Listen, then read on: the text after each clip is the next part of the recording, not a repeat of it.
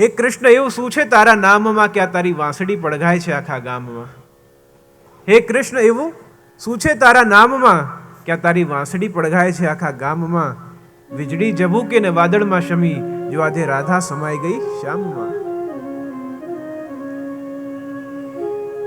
શ્રી ઠાકોરજીના અંદર સ્ત્રી ભાવ બિરાજમાન છે અને શ્રી સ્વામીજીના અંદર પુમ ભાવ બિરાજમાન છે. જો આજે રાધા સમાઈ ગઈ શ્યામમાં.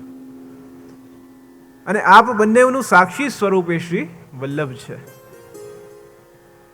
અને સાક્ષી સ્વરૂપ જ્યારે શ્રી વલ્લભ પધાર્યા હોય ત્યારે શ્રી વલ્લભ વિઠ્ઠલનું નામ સ્મરણ જ્યારે કોઈ પણ કરે છે ત્યારે એના પ્રતાપથી, એ નામ સ્મરણના પ્રતાપથી જે પણ આપનું નામનું ઉચ્ચારણ કરે, નામનું સ્મરણ કરે, એના બધા જ દોષ બળી જાય છે, નાશ પામે છે. જેમ અગ્નિ હોય એ કાષ્ટને, લાકડાને બાળી દે છે, એમ વલ્લભ વિઠ્ઠલનું નામ લેવાથી બધા જ દોષ પાપ આપણા બળી જાય છે.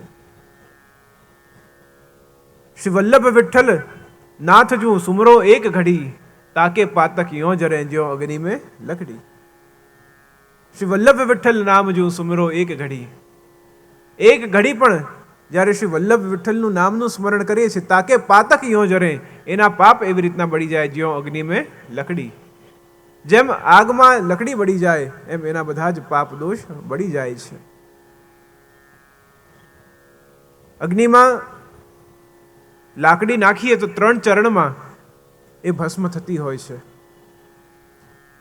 પહેલું ચરણ વાષ્પીભૂત, ઇવોપરેશન. લાકડીમાં જે નમી હોય એ નમી પહેલા બળતી હોય છે. પુષ્ટિ ભક્તિ સ્વરૂપમય અગ્નિ છે જે હૃદયમાં જ્યારે પ્રગટ થાય ત્યારે એ અગ્નિ, પુષ્ટિ ભક્તિ રૂપી અગ્નિ, એ આપણા અંદર રહેલા અજ્ઞાનને બાળે છે, અજ્ઞાનને દૂર કરે છે. બીજું ચરણ છે અપઘટન. ગરમ થવાથી લાકડી તૂટી જાય, એ કાષ્ટ તૂટી જાય છે.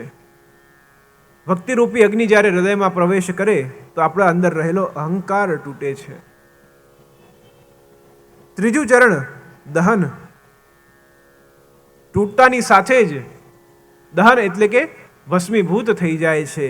અને પુષ્ટિ ભક્તિ રૂપી અગ્નિ જ્યારે આપણા હૃદયમાં પ્રવેશ કરે ત્યારે છેલ્લા બધા જ પાપ આપણા ભસ્મીભૂત થઈ જાય છે.